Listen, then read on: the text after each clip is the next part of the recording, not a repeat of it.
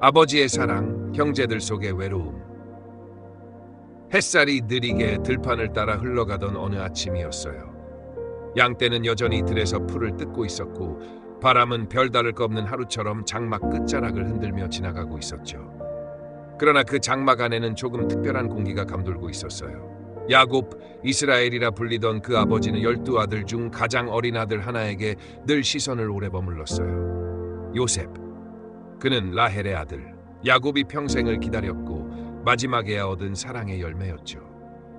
요셉은 어릴 때부터 조용했어요. 다른 형제들처럼 들판을 달리며 거친 짐승을 몰아내는 사내다움은 부족했지만 그 눈빛 안에는 어딘가 다른 게 담겨 있었어요.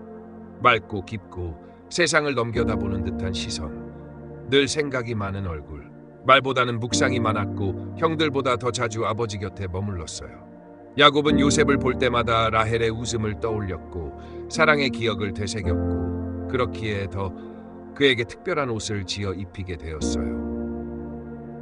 이건 단순히 예쁜 옷이 아니었어요. 가장 값비싼 실로 짜였고 장인의 손으로 한 땀 한 땀 수놓아진 옷. 그 옷은 들판에서 일하는 자들의 옷이 아니었고 책임을 맡은 자, 계승될 자, 내가 너를 구별한다는 선언의 상징이었죠. 형들은 그것을 보고 말은 하지 않았지만 속에서 천천히 뜨거운 불이 올라오는 걸 느꼈어요. 왜 저 아이야? 왜 우리 중 그 애만 특별한 사랑을 받아야 하지? 처음엔 질투였고 다음엔 미움이었고 그 다음엔 말로 할 수 없는 감정이 되었어요. 요셉은 그걸 몰랐을까요? 알고 있었을 거예요. 형들의 눈빛 속에서 말끝의 날카로움 속에서 가끔 어깨를 스치듯 밀치고 지나가던 그 순간마다 혹 자신이 외로움 속에 있다는 걸. 하지만 그 마음을 아버지께 꺼내 말하지 않았어요. 왜냐하면 요셉도 아버지의 사랑이 얼마나 소중하고 유일한 것인지 알고 있었거든요. 요셉은 늘 자신의 자리를 조심히 지켰어요. 형들과 함께 들에 나가기도 했고 그들의 말과 행동을 아버지께 전하기도 했어요. 이건 아첨이 아니라 자신이 어떤 위치에 있는지를 자기도 모르게 인식하게 된 행동이었어요. 나는 아버지의 사람이다. 나는 믿음을 받아야 하는 사람이다. 그리고 이 믿음은 곧 꿈으로 이어졌어요. 어느 날 요셉은 잠에서 깨어났고 그 눈빛은 전에 없이 빛나고 있었어요. 형님들, 꿈을 꿨어요. 우리가 밭에서 곡식단을 붓고 있었는데 내 단이 일어서고 형님들의 단이 둘러서서 절을 했어요.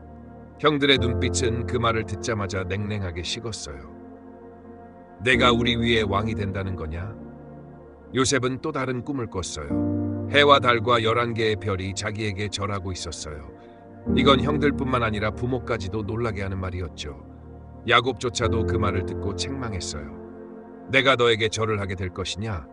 하지만 야곱은 그 말을 마음속에 간직해 두었어요.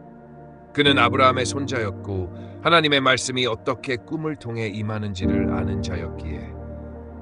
요셉은 몰랐어요. 그 꿈이 앞으로 자신이 지나가야 할 눈물의 길을 보여주는 분이라는 걸.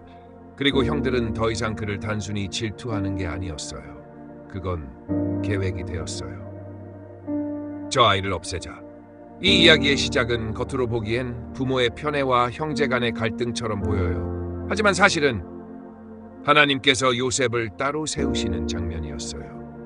하나님은 누구를 들어 쓰실 때 항상 구별하는 일부터 시작하세요. 그리고 그 구별은 대개 외로움으로 시작돼요. 요셉은 선택받았지만 사랑받았지만 그 누구보다도 외로운 사람이었어요. 형제들 틈에 있어도 혼자였고 말을 나눠도 외로웠고 아버지의 사랑조차 자신을 더 고립시키는 이유가 되었어요. 하지만 그 외로움 속에서 하나님은 그의 마음을 빚고 계셨던 거예요. 당신도 그런 외로움을 느껴본 적 있나요? 왜 나는 이 자리에서 혼자일까? 왜 나만 이렇게 구별되는 것 같을까? 왜 나의 진심은 자꾸 오해받을까? 그 외로움이 혹시 하나님의 시작일 수도 있다는 생각 해보신 적 있나요? 요셉의 첫 걸음은 장밋빛이 아니었어요. 그건 외로움이라는 사막을 지나는 고요한 발자국이었어요. 그리고 그 발자국은 곧 하나님의 큰 계획 안에서 역사로 이어지게 될 거예요. 꿈꾸는 자를 향한 질투, 그리고 계획된 배신. 구불구불한 언덕을 넘어 들판에 빛이 내릴 때 11 형제들은 각자 소의 고삐를 당기고 양떼를 몰고 거친 바람 속에 옷깃을 여미며 매일같이 반복되는 삶의 무게를 감당하고 있었어요. 그런데 그 무게보다 그들을 더 짓누르고 있던 건 요셉의 존재였어요. 멀리서도 그가 다가오면 알 수 있었어요. 그의 옷, 채색 옷. 햇살이 비칠 때마다 반짝이는 그 색감. 흙먼지가 묻어도 고급스러움이 묻어나는 그 결. 그 옷 하나만으로도 형들은 우리는 너와 다르다는 선언을 날마다 들어야 했어요. 그리고 그 옷 위에 꿈이 더해졌죠. 그날 요셉은 형들 앞에서 자기 안에 불처럼 살아난 이야기를 조금의 의심도 없이 꺼내기 시작했어요. 형님들, 꿈을 꿨어요.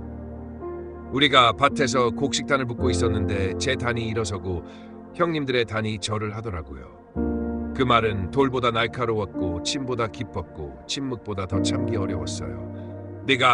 우리가 너에게 절할 거라고? 그래, 채색 옷을 입은 것도 모자라 이젠 우리 위에 군림할 거란 소리냐? 그의 말은 어린 형제의 무심한 말이었지만 형들의 귀엔 자기 존재를 부정하는 선언처럼 들렸어요.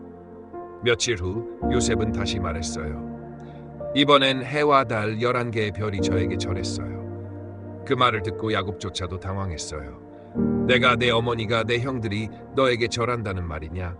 그러나 야곱은 그 말을 마음에 새겼어요. 형들의 마음은 이미 선을 넘기 시작했어요. 더는 그냥 질투가 아니었어요. 그건 계획이 되었어요. 그들의 마음속에는 하나의 말이 스쳐 지나갔어요. 이 아이를 없애야겠다. 그 말은 처음엔 충격이었지만 시간이 갈수록 점점 익숙해졌어요. 없애자라는 말이 농담처럼 오가고 침묵 속에서 고개가 끄덕여지고 누군가가 웃으며 언젠가 기회가 오겠지라고 말할 때 그 기회는 진짜로 다가왔어요. 어느 날 형들이 양떼를 몰아 세겜으로 향했어요. 그리고 야곱은 요셉에게 말했어요. 가서 내 형들이 잘 있는지 보고 오너라. 요셉은 아무 의심 없이 대답했어요. 예, 아버지. 그의 눈빛은 여전히 맑았고 심부름이라기보다 형들을 만날 기대에 찬 모습이었어요. 그는 채색 옷을 입고 평소처럼 똑바른 자세로 아버지가 건넨 떡과 음식을 가지고 한참을 걸어 세겜으로 향했어요. 그 길 위에서 요셉은 바람을 맞으며 아버지의 마음을 생각했겠죠. 아버지가 나를 믿고 맡겨주셨구나. 형들이 반가워하겠지. 내가 기쁜 소식을 전해야지. 하지만 형들은 멀리서 그를 보고 있었어요. 아직 그의 얼굴이 보이지 않을 정도로 먼 거리.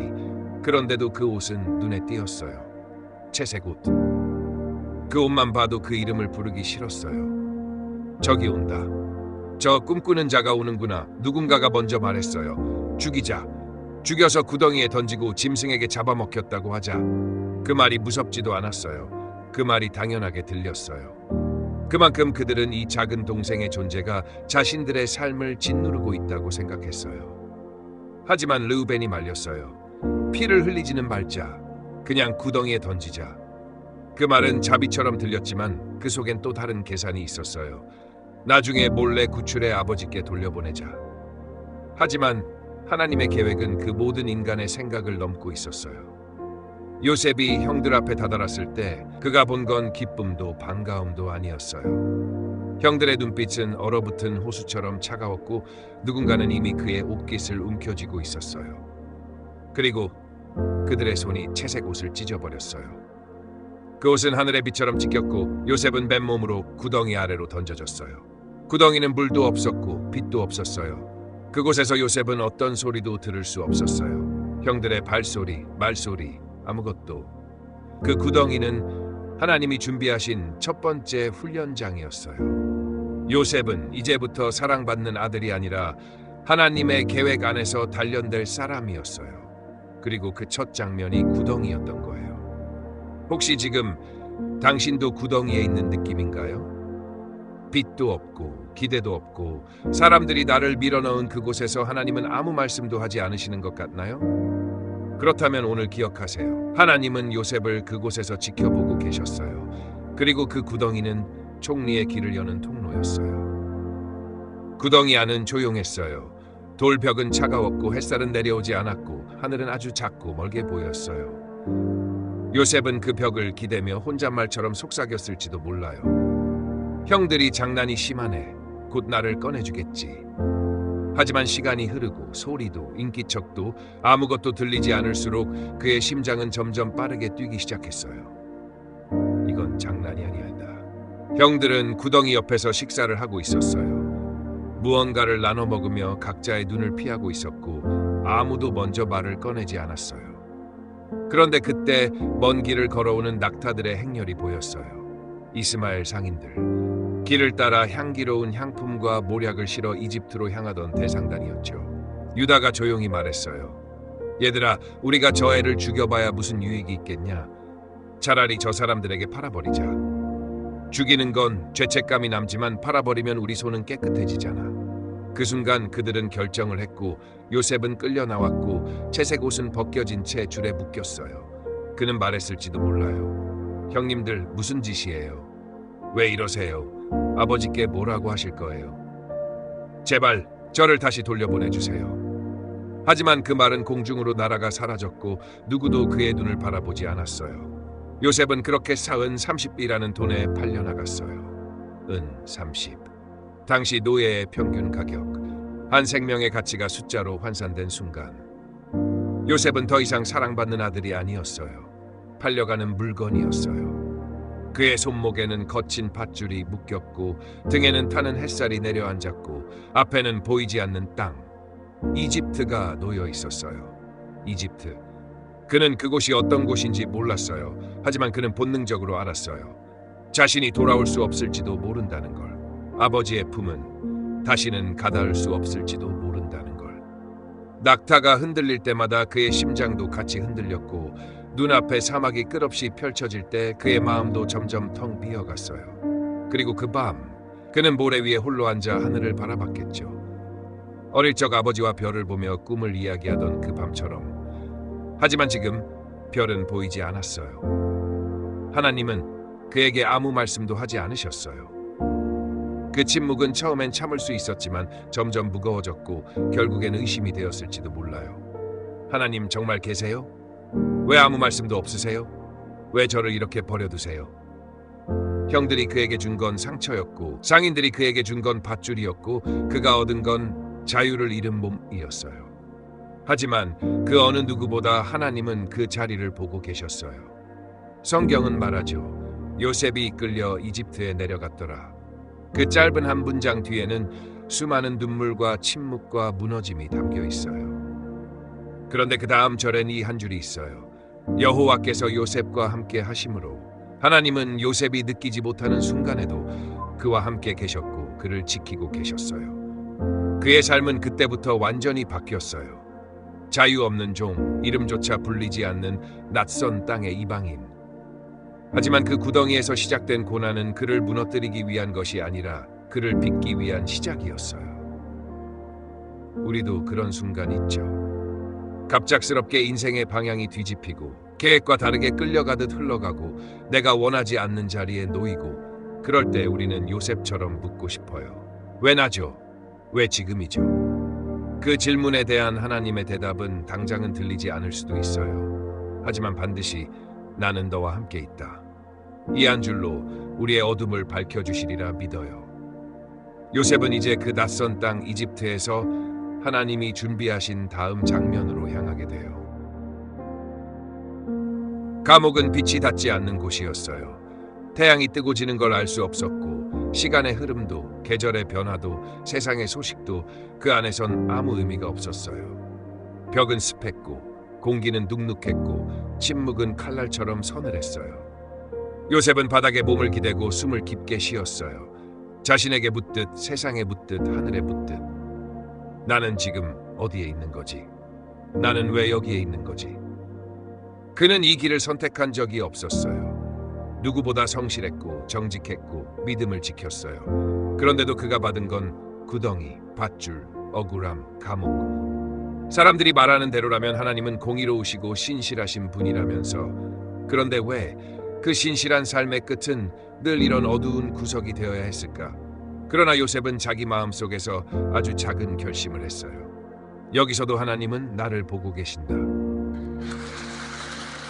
그 한 줄의 믿음이 요셉을 살게 했어요. 그는 다시 일어섰고 감옥 안에서 자리를 정리했고 재소자들을 돕기 시작했어요. 처음엔 사람들이 의심했지만 곧 그들 역시 알게 됐어요.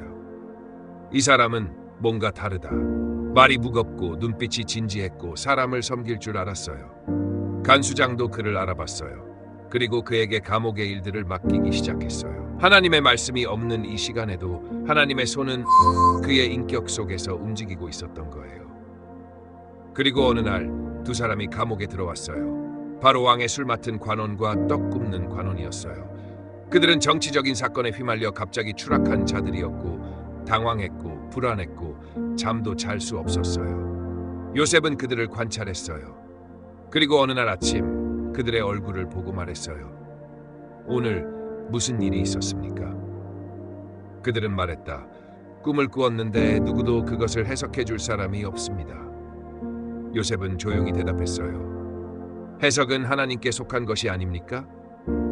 제게 말씀해 보십시오. 그는 자신이 감옥에 있어도 하나님은 여전히 말씀하실 수 있다는 걸 믿었어요. 술 맡은 관원이 먼저 말했어요. 포도나무 3가지가 있었고 포도를 짜서 바로의 잔에 올렸습니다. 요셉은 말했어요. 3일 안에 당신은 다시 복직될 것입니다. 떡 굽는 관원도 말했어요. 내 머리 위에 3 광주리가 있었고 위에 있는 떡을 새들이 먹었습니다. 요셉은 조용히 조금 무겁게 말했어요. 3일 안에 당신은 처형될 것입니다. 그리고 요셉은 술 맡은 관원에게 간절히 부탁했어요. 제발 당신이 복직하거든 저를 기억해 주세요. 저는 이집트 사람이 아니고 억울하게 이곳에 갇혔습니다. 그 말은 요셉의 입에서 처음으로 흘러나온 자기 억울함의 고백이었어요. 그는 참고하다가 이제야 아주 작게 제발 저를 기억해 주세요. 3일 후 바로의 생일, 모든 것이 요셉이 말한 그대로 이루어졌어요. 술 맡은 관원은 복직되었고 떡 굽는 관원은 처형당했어요. 그리고 요셉은 기대했어요. 이제 나갈 수 있겠지. 이제 억울함이 끝날 수 있겠지. 그런데 잊혔어요. 완전히. 술 맡은 관원은 요셉을 기억하지 못하고 그를 잊었더라. 그 한 줄은 인간의 한계를 보여주는 절망의 문장이었어요. 하지만 동시에 하나님의 시간을 보여주는 희망의 문장이기도 했어요. 하나님은 사람의 타이밍에 맞춰 일하시지 않아요. 그분의 때는 언제나 완벽한 때에 오기 때문에 우리를 때로 잊힌 자처럼 두세요. 요셉은 이제 2년을 더 기다리게 돼요. 아무런 소식 없이 기억 속에서도 지워진 채로 하루하루 감옥 안의 어둠 속에서 자기 믿음을 지켜야 했어요. 그는 아마 이런 기도를 했을지도 몰라요. 하나님, 오늘도 아무 소식이 없습니다. 하지만 당신이 침묵하셔도 저는 기다리겠습니다.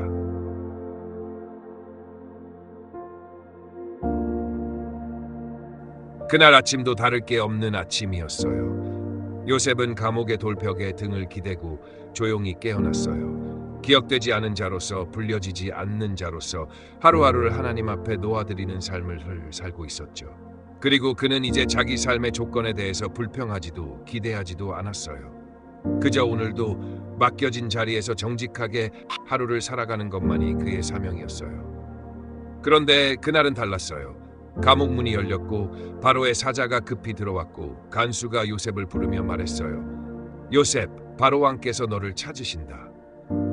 말은 간단했지만 그 말이 가진 무게는 감옥의 공기를 바꿔놓을 만큼 충격적이었어요. 요셉은 잠시 아무 말도 하지 못했어요. 저를요? 왜 지금? 그는 서둘러 몸을 씻고 머리를 다듬고 감옥에선 쓰지 않던 깨끗한 옷으로 갈아입었어요. 몸이 깨끗해졌지만 그 마음속에는 아직 풀리지 않은 수년간의 억울함과 기다림의 질문들이 남아있었어요. 왕 앞에 선다는 건 단지 감옥에서 나간다는 의미가 아니었어요. 인생 전체가 흔들릴 수 있는 순간. 하지만 요셉은 한 걸음 한 걸음 아주 조용히 그러나 담대하게 나아갔어요. 바로 앞은 웅장하고 두려운 자리였어요. 화려한 장식, 엄숙한 침묵, 주변을 둘러싼 신하들, 그리고 중앙에 앉아있는 왕. 바로는 요셉을 보자마자 말했어요. 나는 꿈을 꾸었는데 그 누구도 해석하지 못했다. 그런데 너는 꿈을 들으면 해석할 수 있다고 들었다. 요셉은 잠시 숨을 고르고 말했어요. 저는 아닙니다. 그러나 하나님께서 바로 왕께 평안한 대답을 주실 것입니다. 그 말은 하나님 앞에서 조심스럽지만 확신 있는 고백이었어요. 그리고 바로는 두 개의 꿈을 말했어요. 첫째는 강가에 7마리의 살찐 암소가 있었는데 곧이어 아주 마르고 흉측한 7암소가 나타나 살찐 암소들을 삼켜버렸다는 꿈. 둘째는 굵고 좋은 7이삭 뒤에 마르고 동풍에 마른 7이삭이 나타나 좋은 이삭을 삼켜버렸다는 꿈. 요셉은 조용히 듣고 있었어요. 그 눈빛은 한치의 흔들림도 없었고 그의 마음에는 하나님이 주시는 해석이 이미 흐르고 있었어요. 그리고 그는 말했어요. 두 꿈은 하나입니다. 하나님이 장차 행하실 일을 바로왕께 미리 알리신 것입니다. 앞으로 7년 동안 이집트에는 큰 풍년이 있을 것입니다. 그러나 그 뒤에 7년의 흉년이 찾아올 것이며 그 흉년은 풍년을 모두 잊게 만들 것입니다. 침묵이 흘렀고 신하들은 서로를 바라보며 불안과 의심을 나눴어요. 하지만 요셉은 이어서 말했어요. 이제 바로왕께서는 지혜롭고 총명한 사람을 세워 풍년의 7년 동안 곡물을 모으고 각 성에 저장하게 하십시오. 그래야 흉년을 대비할 수 있을 것입니다. 그 순간 바로는 침묵 속에서 요셉을 바라봤어요. 그리고 신하들에게 말했어요. 이 사람처럼 하나님의 영이 감동된 자를 우리가 어디서 찾을 수 있겠는가? 그리고 그는 선언했어요. 너는 내 집을 다스릴 것이며 내 백성이 다 내 명령에 복종하리라. 내가 너보다 높은 것은 왕자뿐이다.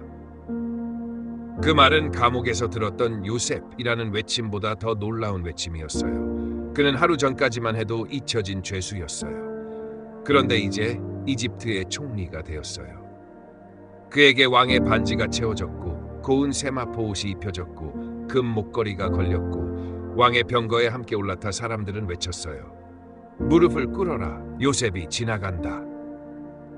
어제까지만 해도 아무도 그의 이름을 기억하지 않았는데 오늘은 이집트 전체가 그의 이름을 불렀어요. 요셉은 그 병거 위에서 하늘을 바라봤을 거예요. 이 길은 구덩이에서 시작된 길이었어요. 팔렸고 억울했고 감옥에 갇혔고 잊혔고 그런데 지금 그 모든 시간이 이 날을 위해 준비되었음을 그는 알았어요. 우리가 믿는 하나님은 빠르진 않지만 결코 늦지 않아요. 그분의 시간은 언제나 정확하게 가장 필요한 순간에 도착해요. 당신도 기다리고 있나요? 기도가 들리지 않고 변화가 보이지 않고 침묵이 깊어질수록 하나님이 멀게 느껴지나요? 그러나 오늘 요셉의 이야기가 증언해요. 하나님의 때는 반드시 옵니다. 그리고 그때 그분은 단번에 일하십니다. 7년 풍년은 정말로 말 그대로 풍요로웠어요. 곡식은 넘쳐났고 창고는 가득 찼고 요셉은 매년 더 정확하게 더 질서 있게 이집트를 준비시켰어요. 하지만 그 번영의 그림자엔 예언된 흉년이 조용히 다가오고 있었어요. 8년째 되던 해 하늘은 말이 없었어요. 비는 내리지 않았고 땅은 갈라졌고 곡식은 자라지 않았고 사람들의 마음에 서서히 두려움의 바람이 불기 시작했어요. 1년, 2년 사람들은 몰려들었어요. 곡식을 사기 위해, 먹고 살기 위해, 살아남기 위해. 그리고 그 무리 속에 멀리 가나안 땅에서 한 무리의 형제들이 있었어요. 요셉은 그날도 자신의 책상에서 이집트의 백성과 이방인들을 분류하고 있었어요. 그는 침착했고 정확했고 이 나라의 모든 굶주린 사람을 책임지는 사람이었어요. 그런데 멀리서 들려오는 발소리 속에 그의 심장이 조용히 떨리기 시작했어요. 그 형제들. 그는 단번에 알아봤어요. 세월이 흘러 주름이 졌고 수염이 길었고 옷차림은 다르지만 그 눈빛, 그 걸음걸이, 자신을 버린 자들의 그림자가 한 줄기 빛 아래 들어오고 있었어요. 그는 숨을 크게 삼켰어요. 그들은 요셉을 알아보지 못했어요. 어린 동생은 사라졌고 그 자리에 웅장한 권위를 입은 이집트 총리가 앉아 있었으니까요. 하지만 요셉은 단숨에 모든 기억이 돌아오는 걸 느꼈어요. 구덩이의 어둠, 팔려가던 날의 굴욕, 형들의 차가운 눈빛, 아버지의 얼굴. 그는 평정을 잃지 않으려 애썼어요. 하지만 마음은 이미 폭풍처럼 흔들리고 있었어요. 형제들은 그 앞에 나와 엎드렸어요. 우리는 가나안 땅에서 왔습니다. 양식을 사러 온 자들이옵니다. 요셉은 말했어요. 이집트어로. 그리고 통역을 세워서 너희는 정탐꾼이로다. 이 나라의 약한 곳을 살피러 왔다. 그는 그들을 몰아세웠어요. 왜? 그의 마음은 혼란스러웠기 때문이야. 그들은 무릎을 꿇었고 자신은 위에 있었지만 그 내면엔 아직 용서와 진실 사이의 갈등이 치열했어요. 형들은 당황했어요. 아닙니다. 우리는 정직한 자들이옵니다. 12형제였는데 막내는 아버지와 함께 있고 하나는 없어졌나이다. 요셉의 숨이 걸렸어요. 하나는 없어졌다. 자신이 없어진 사람으로 불리는 순간 그 마음속 어디선가 소리 없는 눈물이 흘러내렸어요. 그는 일부러 더 거칠게 말했어요. 막내 동생이 있다고? 그 아이를 데려오지 않으면 너희는 정탐꾼으로 간주하겠다.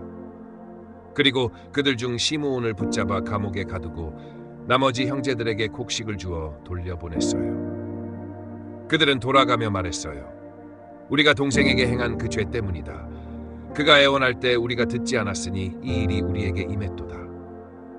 요셉은 그 말을 들었어요. 통역을 통하지 않아도 그들의 말은 생생히 들렸고 그의 마음은 무너졌어요. 그리고 그는 몰래 자리를 피해서 울었어요. 그가 애원했는데 우리는 듣지 않았다. 그 말 한 줄이 요셉의 내면 깊은 곳을 찔렀어요. 그는 어린 시절로 돌아간 듯했어요.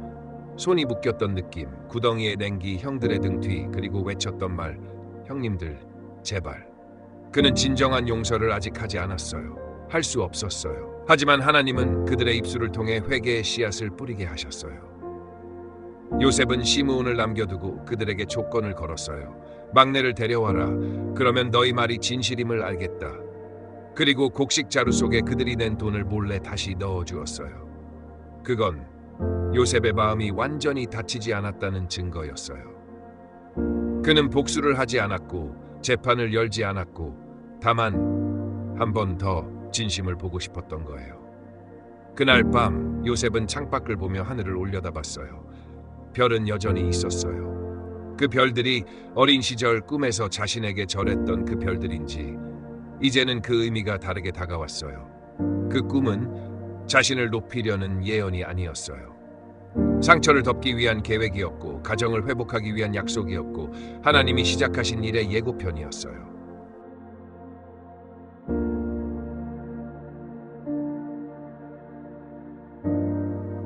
시간이 흘렀어요. 가나안 땅에 남겨졌던 야곱과 그의 아들들은 이집트에서 가져온 곡식이 바닥나자 다시 선택의 기로에 섰어요. 시므온은 감옥에 남아있고 요셉은 모른 채 살아있고 베냐민은 야곱의 손에 붙들려 있고 야곱은 말했죠. 너희가 나에게 또 다른 아들을 빼앗으려 하는구나. 요셉도 없고 시므온도 없는데 이제 베냐민까지 데려가려 하느냐? 그 말은 평생 마음에 남은 상처의 고백이었어요. 하지만 기근은 멈추지 않았고 야곱은 결국 무너졌어요. 가라. 그리고 베냐민을 데려가라. 그러나 그 아이를 무사히 데려오지 않으면 너희는 나의 흰 머리를 슬픔 속의 무덤으로 끌고 가는 자가 될 것이다. 그렇게 형제들은 두 번째로 이집트 땅을 밟았어요. 그들의 손엔 배고픔이 있었고 가슴엔 두려움이 있었고 눈엔 긴장이 서려 있었어요. 하지만 요셉의 눈에는 단 하나의 사람, 베냐민이 들어왔어요. 그 순간 요셉은 숨을 멈췄어요. 그는 그대로 자리에서 일어나 자신의 방으로 달려갔어요. 그리고 울었어요. 소리 없이, 그러나 참을 수 없게. 그건 단지 그리움의 눈물이 아니었어요. 그건 자신이 지키고 싶었던 모든 것이 이제 눈앞에 있다는 감격의 눈물이었고, 그럼에도 자신을 알아보지 못하는 동생을 향한 아픔의 눈물이었고, 이 시간에 대한 울분의 눈물이었어요. 요셉은 다시 얼굴을 씻고 나와 형제들에게 성대한 식사를 준비하게 했어요. 하지만 형들은 그 친절이 두려웠어요. 왜냐하면 그들은 자신들이 과거에 행한 죄를 아직도 잊지 못하고 있었거든요. 식사 자리에서 요셉은 베냐민을 바라보며 그의 접시에 5배나 많은 음식을 놓게 했어요. 그건 복수도 편애도 아니었어요. 그건 자신의 사랑을 어떻게든 표현하고 싶은 마음의 몸부림이었어요. 그러나 요셉은 마지막 시험을 준비하고 있었어요. 그는 형제들이 돌아갈 때 베냐민의 자루 안에 자신의 은잔을 몰래 숨겨 넣었어요. 그리고 그들이 길을 떠난 직후 사람을 보내 그들을 멈추게 하고 말했어요. 너희 중 누가 내 은잔을 훔쳤느냐? 형들은 당황했고 입을 모아 말했어요. 우리는 결백합니다. 혹시 발견되면 그 자는 죽고 우리 모두는 당신의 종이 되겠습니다. 은잔은 베냐민의 자루에서 나왔어요. 형들의 얼굴은 사색이 되었고 가슴은 무너졌고 야곱의 얼굴이 머릿속을 지나갔어요.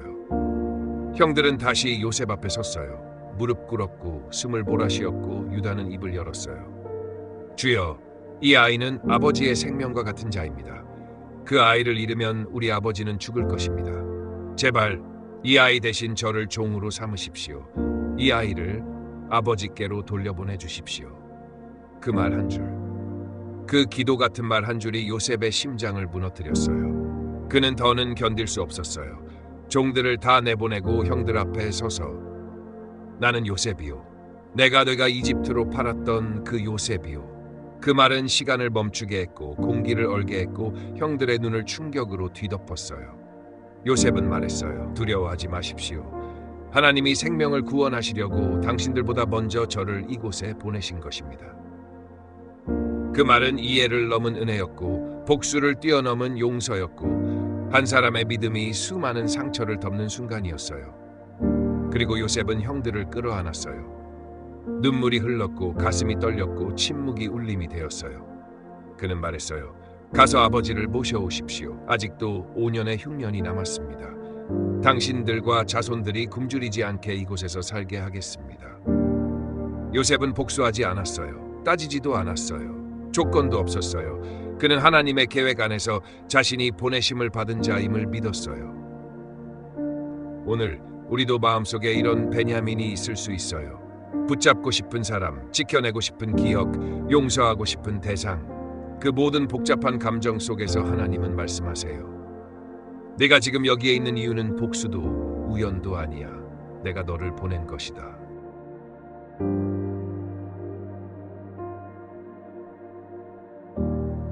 고센 땅은 이집트에서도 비교적 부드럽고 기름진 평야였어요. 강물이 잔잔히 흘렀고 햇살은 따뜻했고 바람은 구름을 천천히 밀어냈어요. 요셉은 그곳에 형들과 아버지를 맞이할 터전을 미리 준비해 두었어요. 그는 매일 그 언덕 위에서 하늘을 바라보며 이제 곧 다시 만나게 될 라는 이름을 떠올렸어요. 그 이름은 요셉에게 세상 모든 기억의 뿌리였어요. 아버지의 품, 그 손의 온기, 자신을 껴안아주던 그 눈빛, 그리고 그 이후 20년이 넘는 세월 동안 그리움이라는 이름으로만 살아있었던 사람. 이제 그 아버지가 살아있는 자신의 존재를 보러 오는 길에 있었어요. 야곱은 이집트로 가는 길이 한편으론 무서웠어요. 아들은 잃은 줄 알았고 이제 노쇠했고 자신의 뼈는 고향 땅에서 묻히기를 바랐지만 그는 요셉의 소식을 듣는 순간 모든 두려움이 녹아내렸어요. 내 아들 요셉이 살아있다니, 내가 죽기 전에 그 얼굴을 보다니 하나님이 아직 나를 기억하셨구나. 그리고 마침내 그날이 왔어요. 요셉은 병거에 올라 아버지를 맞으러 나갔어요. 그의 심장은 달리는 말보다도 더 빠르게 뛰었고 그의 손은 떨리고 있었고 그의 눈은 먼 곳에서 흙먼지 사이로 다가오는 작은 행렬을 발견했어요. 그 안에 아버지가 있었어요. 요셉은 병거에서 뛰어내렸고 달렸고 아버지 앞으로 달렸고 그는 멈추지 않았어요. 자신도 모르게 숨도 못 쉬며 팔을 벌리고 야곱은 그 아들의 품에서 두 팔을 들어 그를 감싸 안았어요. 두 사람은 그 자리에서 말을 잊었고 눈물이 흘렀고 그 어떤 설명도 필요하지 않았어요. 아버지, 내 아들아, 야곱은 말했어요. 이제 나는 죽어도 좋구나. 내 아들이 살아있음을 보았으니 이제야 내 영혼이 평안하도다. 그 말은 죽음을 이긴 고백이었고 사랑이 부활한 선언이었고 한 가정의 회복이 완성된 순간이었어요. 요셉은 아버지를 고센 땅에 정착하게 했고 바로에게 소개했어요. 바로는 그 노인을 향해 예를 갖추었고 야곱은 그 자리에서 이방의 왕 앞에 믿음의 축복을 선포했어요. 야곱은 고센에서 17년을 더 살게 되었고 그는 요셉과 아들들과 손주들의 얼굴을 보며 인생의 마지막을 준비했어요. 그가 병상에 눕던 날 요셉은 그 곁에 섰고 야곱은 말했어요. 내가 죽거든 내 뼈를 가나안 땅으로 가져다오. 내가 묻혀야 할 땅은 조상들과 함께 있는 곳이니라. 그리고 그는 아들을 축복했어요. 요셉에게는 그의 두 아들 에브라임과 므낫세를 자기 자식처럼 받아들였고 그 손을 엇갈려 작은 자 에브라임을 먼저 축복했어요. 요셉은 놀랐지만 야곱은 말했어요. 그도 큰 자가 되겠지만 작은 자가 더 큰 민족이 될 것이다. 그건 단지 가정의 순서가 아니라 하나님의 선택은 인간의 질서를 넘는다는 고백이었어요. 요셉은 그 모든 말을 조용히 마음에 새겼고 그는 이제 자신이 이 자리에 왜 있게 되었는지 분명히 이해하게 되었어요. 그의 삶은 무너짐으로 시작됐지만 회복으로 끝났어요. 그의 여정은 팔려간 아들이었지만 이제는 믿음의 조상들의 언약을 지키는 자로 서게 된 거예요. 가족은 완성되었고 기다림은 끝났고 하나님의 언약은 고센이라는 땅 위에서 한 편의 아름다운 그림처럼 펼쳐졌어요. 야곱, 이스라엘이라 불리던 그 아버지가 고센 땅에서 눈을 감았을 때 모든 형제들의 마음은 다시 두려움으로 흔들렸어요. 아버지가 살아계셔서 요셉이 우리에게 복수하지 않았던 것 아닐까? 이제 아버지가 돌아가셨으니 요셉이 우리에게 원한을 풀지 않을까? 그 말은 그들이 여전히 요셉의 용서를 완전히 믿지 못하고 있었다는 증거였어요. 그들은 다시 요셉 앞에 나와왔어요. 옷을 벗고 몸을 굽히고 말했어요. 당신의 종들입니다. 우리의 죄를 용서해 주십시오. 아버지의 이름을 위해서라도. 요셉은 그 말을 들었을 때 아무 말도 하지 않았어요. 그저 다시 한번 조용히 울었어요. 그 눈물은 분노도 아니었고 실망도 아니었고 한 번 더 상처받은 감정도 아니었어요. 그건 끝까지 사랑하고자 애쓰는 사람의 눈물이었어요. 그리고 그는 입을 열었어요. 조용히, 부드럽게. 하지만 결코 잊히지 않을 하나님의 관점으로 말한 한 문장. 당신들은 나를 해하려 하였으나 하나님은 그것을 선으로 바꾸사 오늘과 같이 은 백성의 생명을 구원하게 하셨나이다. 이건 단순한 용서가 아니에요. 이건 삶 전체를 하나님 중심으로 해석하는 고백이었어요. 그는 복수하지 않았어요. 되갚지 않았어요. 형들의 죄를 끄집어내지 않았어요. 그는 단지 자신을 향한 하나님의 손길을 본 거예요. 당신들은 나를 해하려 했지만 그건 하나님의 도구였어요. 당신들의 악함조차 하나님의 선하심을 막을 수 없었어요. 그 고백은 수많은 세대를 지나 지금도 우리에게 말해요. 하나님은 사람의 악한 선택마저 그분의 선한 계획으로 사용하신다. 그리고 요셉은 형들을 안심시키며 말했어요. 두려워하지 마십시오. 내가 당신들과 당신들의 자녀들을 기르겠습니다. 그 말은 보호의 언약이었고 진심 어린 책임의 선언이었어요. 요셉은 자신을 해한 자들을 돌보는 자가 되었어요. 그건 그리스도의 마음을 먼저 가진 자의 모습이었어요. 요셉은 그렇게 그 삶을 마무리했어요. 그는 죽을 때 형제들에게 말했어요. 하나님께서 반드시 너희를 돌보실 것이니 내 해골을 이곳에 두지 말고 약속의 땅으로 가지고 올라가라. 그는 여전히 하나님의 약속을 믿었고 자신이 그 약속의 일부로 쓰였다는 사실에 감사했어요. 요셉의 인생은 총리가 되었다로 끝나지 않아요. 그건 한순간일 뿐이야. 그의 인생은 믿음으로 시작되어 믿음으로 이어졌고 믿음으로 마무리된 인생이었어요. 그는 기다렸고 믿었고 참았고 하나님을 신뢰했어요. 당신은 지금 어떤 시간을 살고 있나요? 억울한가요? 잊힌 느낌인가요? 사람에게 상처받았나요? 기다림에 지쳤나요? 그렇다면 오늘 요셉의 고백을 기억하세요. 그들은 나를 해하려 했지만 하나님은 그것을 선으로 바꾸셨습니다. 그분은 당신의 인생도 그렇게 바꾸실 수 있습니다. 하나님은 기다리시고 역전하시고 회복하시고 마침내 당신의 삶을 통해 다른 생명을 살리시는 분이십니다. 지금까지 요셉의 기다림과 믿음의 여정을 함께 해주셔서 감사합니다. 요셉은 버려졌고 잊혔고 억울했고 그러나 끝내 복수가 아닌 스라 용서와 섬김을 선택했습니다. 왜냐하면 그는 믿었기 때문입니다. 하나님은 그 모든 것을 선으로 바꾸셨다. 이 영상이 당신의 인생의 어두운 계절에도 작은 위로와 소망이 되길 바랍니다. 그리고 혹시 지금 어떤 기다림의 골짜기를 걷고 계신다면 하나님은 그 길의 끝에 당신을 기다리고 계십니다. 우리는 다음 이야기에서 또 만날게요. 믿음의 걸음 멈추지 마세요.